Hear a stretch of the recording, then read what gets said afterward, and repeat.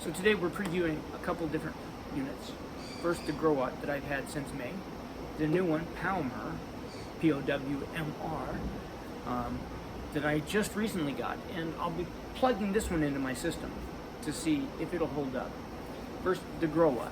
The GroWatt has a lot of things going for it if you're looking at the paperwork. You can stack 6 of these together in parallel succession for up to 30,000 watts of power. That's impressive. It says that it will support 450 volt DC panel input. This one did not, and the other one that I had did. It says that this needs 48 volt DC to run. I've bought plenty of batteries for these things. I've had lithium batteries, AGM batteries, and glass mat batteries, or excuse me, glass mat and lead acid batteries. And this particular unit had a problem with the panels. The unit that I ordered to replace this one would not accept batteries. I sent the second one in, I got a refund for it, but it wasn't truly that helpful. I still have a unit here that doesn't work, that's about $1,000 shipped to the house, and really I haven't gotten much help. I've talked to 3 different customer service people. The first person informed me that it was my fault that it stopped working. Apparently hooking 350 50 volt panels up to this is not efficient, even though it says it'll hold 450 volts, you know. So yeah, the other one that I had a problem with, they only let me send it back to them after I went and spent hundreds of dollars in new batteries. So I had lithium batteries. They told me my lithium battery was bad, so I unplugged the lithium battery. Then I got some AGM batteries. I plugged them in. I had the same problem. The same tech guy that I talked to the next time told me, well, you need to try some other batteries because we're pretty sure that's the problem, even though this was my second attempt at batteries. So then I went to Walmart and I got lead acid batteries. 4 more lead acid batteries that I plugged into the counterpart to this one, and it still wouldn't work. So finally, after I had spent about $800 in batteries, $900, something like that, they allowed me to send it back. So now I have a great deal of batteries, and that gives me some opportunity to try out a few different inverters. This inverter is actually the 7th inverter that I bought this year. It's the 4th brand, I think.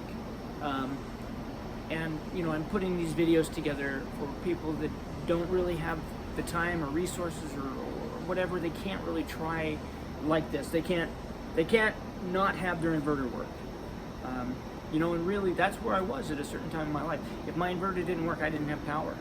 And the people that GroWatt, you know, they really haven't been that helpful for me. I'm on my 3rd technical support person. I forget her name. She was a real nice lady. She called me actually today because I sent another message in asking, please help me. I'm waiting for boards for this. I've been waiting since the last week of May. I still don't have them. Can anybody help me? And you know, I expected another email just like I've gotten every other time I've sent something in, and I got a call and they said no, they don't have boards in, and they weren't really, you know, the lady calling wasn't really sure about the situation or what was going on. So I informed her basic, very general terms of what had happened, and she says, well, you know, let me I'm gonna dive into this and we'll figure out what's wrong with it and figure out why, you know, how come I've fallen through the cracks. Well, that's possible, but you know, I just, so far I haven't had good luck with GroWatt as a company in general, so maybe that's, you know, some people do really good with certain brands, right? I mean, you could have a Toyota your entire life, and Toyota could be the greatest car for you, and you go buy a Ford and it dies the week you buy it, and you know, it's a Ford thing from that point on for you. So you go back to Toyota. Well, you know, this is my Ford, and it's a thorn in my side. So that leads me to this one. These are both 5,000 watt, 240 volt. which means here in the States, this will not power your house unless you have a transformer. I've gone over that in another video. This is the same thing. It's a 240 volt. It does require a transformer. And what the transformer does is it adds a neutral to the line, okay? So this provides you 3 lines going in, 1 ground, 2 hot, okay? And really that's what the rest of the world uses. So we're just different here in the States, you know, that we use the standard measuring system, and we don't use metric, and you know, we're stubborn like that. So both of these are great European power producers from what I understand, and we're going to give this one a try. So like I said, 5,000 watts a piece of power. They're both about the same size, about the same weight. They have a lot of the same kind of specs.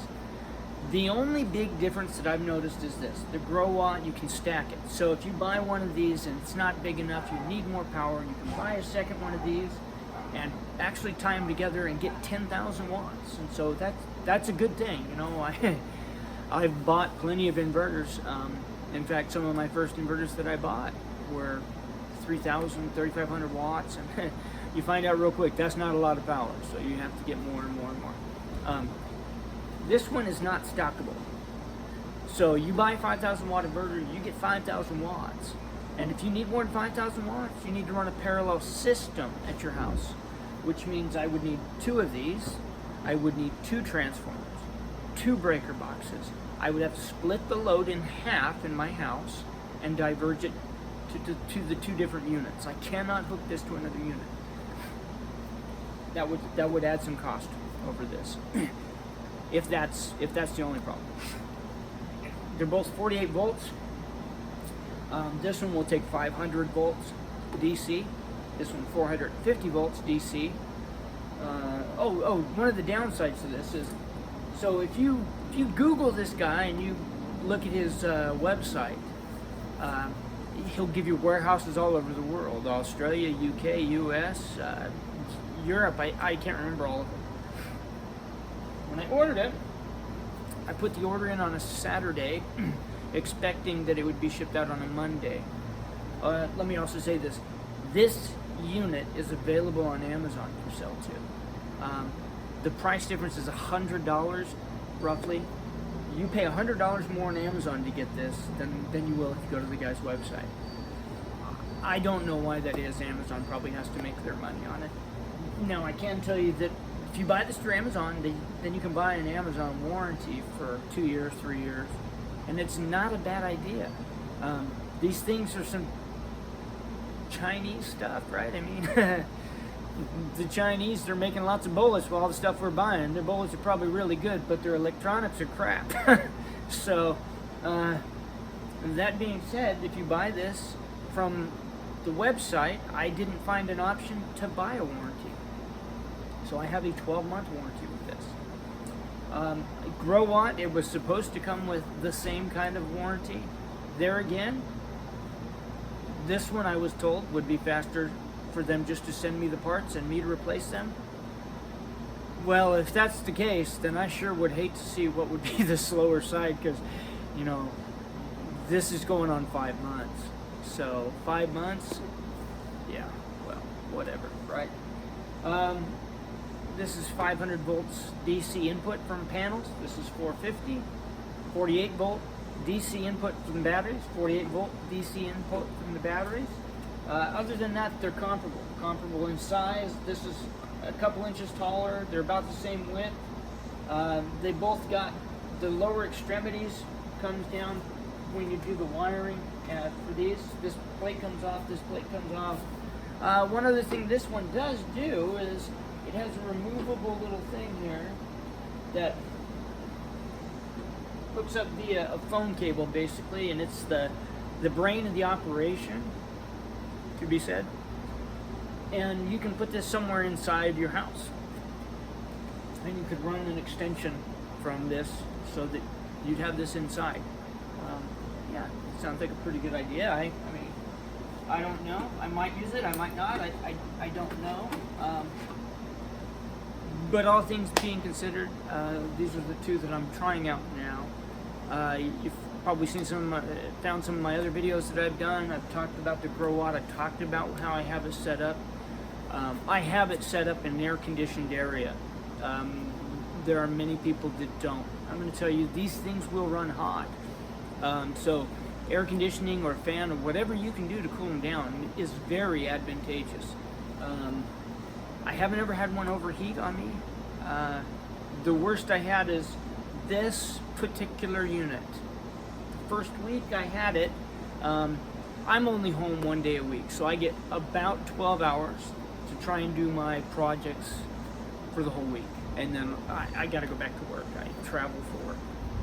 So my first weekend I came home, I saw it was here, it was great. I took it out of the package, I installed it in the room and tried to get everything hooked up. I didn't get it hooked up. The next weekend I came home, I put a few of the panels up that I had, 3 50-volt panels, and I plugged them into this. I plugged in our batteries, I plugged in the street power, you know, doing everything I needed to, and turned it on, and it seemed to run just fine. I mean, the problem was it recognized that there was 130 volts coming in from the panels, but it wasn't generating any power. So it was bypassing the power. The street power was still providing for my house, and that really wasn't very helpful. So I shut it off. I left for the week again. The next week I came home, I had some new panels. I originally bought 9, I got one of them broken, so I got 8 of them. And I have 8 panels run in series now. They produce almost 400 volts. It fluctuates between 320 and 400. That's about as good as I can get. And as soon as I plugged in the other 4 or 5 panels that I had, I turned this off, plugged it all together, plugged it into this. When I turned it on, it made 3 loud pops. Now, if you're familiar with the way a 22 Magnum sounds, that's what it sounded like. Real distinct pop, pop, pop. Then this thing made a very loud tone, and it just continued to do that until I depowered it, shut it off, and cut the power from the circuit to it. And at that point, that was when I called the customer service place that I've been going through. I don't want to say who they are because, like I said, I'm still trying to work with these people and see if I can't get some replacement parts for this thing because it just hasn't been very good so far. But I told them what I did, and they told me it must have been my fault, which, you know, it probably wasn't, but I'm not willing to argue about it for a few $100s. You know, I'll pay a few $100s to get the boards. I don't care. Just give me the stupid boards. So, anyway, they told me it was my fault, and they insisted that the boards would be in next week. So I hung up with him. I went back to work. I came home the next weekend. I called and said, hey, so let me order those boards. Oh, they didn't come in this week. Next week for sure. Okay, great. So next week comes. I call him again. So I'm calling about those boards. Oh, yeah, I don't know what to tell you. They didn't show up, you know. And by this time, I'm kind of getting upset because now I have this. It's been sitting here for, you know, 3 weeks or so, 4 weeks really since I got the box, and it's not working for me. And so then I started the regimen of every 2 weeks sending in an email, or, you know, I tried not to make the phone calls because I was trying to make that kind of connection, so that I had some physical way of saying, look, I've asked you guys for this many weeks or whatever, if I can get the parts. Now, this was the last week of May when I started having problems with this, okay? We're going into September now. So, that's 4 months-ish, 5 maybe. And I still can't get this thing to work. They didn't offer me a refund for it. They didn't tell me when the boards are going to come in. Since then, like I said, this is my 3rd salesperson that I've been dealing with. She called me today So I can't really tell you if that's going to go well or not. You know, I guess cross my fingers and hope like hell, because I don't really expect to get much out of them. You know, their website touts their customer service and says that they're all customer orientated, but I really haven't gotten that side. Now, I haven't tried any of that with this company. So over the next couple weeks, I will be trying some of that with this company. As one of my things I do, I try and reach out to their technical support and see how difficult it is to, first of all, get a hold of them and to communicate with them. Because some of this stuff that comes in from China, they've got, hello, I'm Bob, in India or something that, you know, I'm sorry, I'm 60% deaf in one ear, I can't hear you, and when you don't speak very good English, it's even worse for me. So, I hope that's not the case, but this unit was about $700, and I got free shipping from Hong Kong. So I ordered it on a Saturday. It didn't get shipped out for a whole week. I paid through PayPal, and by the end of the first week, my wife was actually trying to tell me, you know, you probably got had here, we're just out that money. But he did send it to me, DHL, and in all fairness, it came in like 3 or 4 days through DHL. I'm in Texas right now, and Hong Kong's it's a ways away. I mean, I'm not gonna I don't know how you get something from Hong Kong in a few days. But it was not shipped from the U.S., and that was what I had been led to believe on their website. So if you have any questions, comments, shoot me a message, let me know what you got. I'm trying to put these videos together because I know that there are people out there that want to put solar together and really don't have $1 million to put it together, right? My whole solar system so far, I've only spent a few $1,000s, and that's a couple hundred at a time. These are the big investment. You got to put $1,000 out at one time, and then the next one is the transformer. You got about $400 at a time, and then after that, look, you can find used panels for $50 on the internet, usually in your state. And so you go find them for $50, you put them together, and I mean, it's power. It's power that they can't come and take from you, that when the grid dies, you still have power. That's important. I want you to think about all the food that's in your fridge or in your freezer. How many hundreds of dollars worth of meat do you have? When the power goes out for more than a few hours, you have to throw all that out. Okay, now think of something else. What are you going to do when a black swan event happens, or an EMP strike goes on, or a solar flare? Any one of these things can destroy the whole the whole electrical grid like that, and it's done. Now, you can get EMP hardeners for all this, so you're isolated at home. I'm telling you, if you have one of these, you better have a second one as a backup. Not plugged into nothing. You don't want no power going to it. And do that with any of the other live circuits that you have that you know could get fried if some of that stuff happens. Because it will happen. It's going to happen. If you just read the Bible, Revelation talks about some really bad times towards the end, and we're getting really close with some of the crazy people I see out there. This makes me energy independent. They can't come to my house and use color of law. They can't come to my house and say, I'm sorry, sir, you don't have power. We got to force you into a micro city, a highly compacted micro city that nobody wants to be in, and people are living on top of each other. So get yourself some power. Get water. Make sure you're treating your own sewage. You don't need anything from the system. You don't want anything from the system. Isolate yourself as much as you possibly can, because I promise you the day will come when you will use this. And if it's not something catastrophic, like an EMP strike or a solar flare, it'll be something minute. The power outages, the rolling blackouts, whatever the case is. And you will be very grateful that you invested the time, energy, and resources into it. Thank you for your time. Give me a shout out if you need any help. I'll talk to y'all later. Aloha.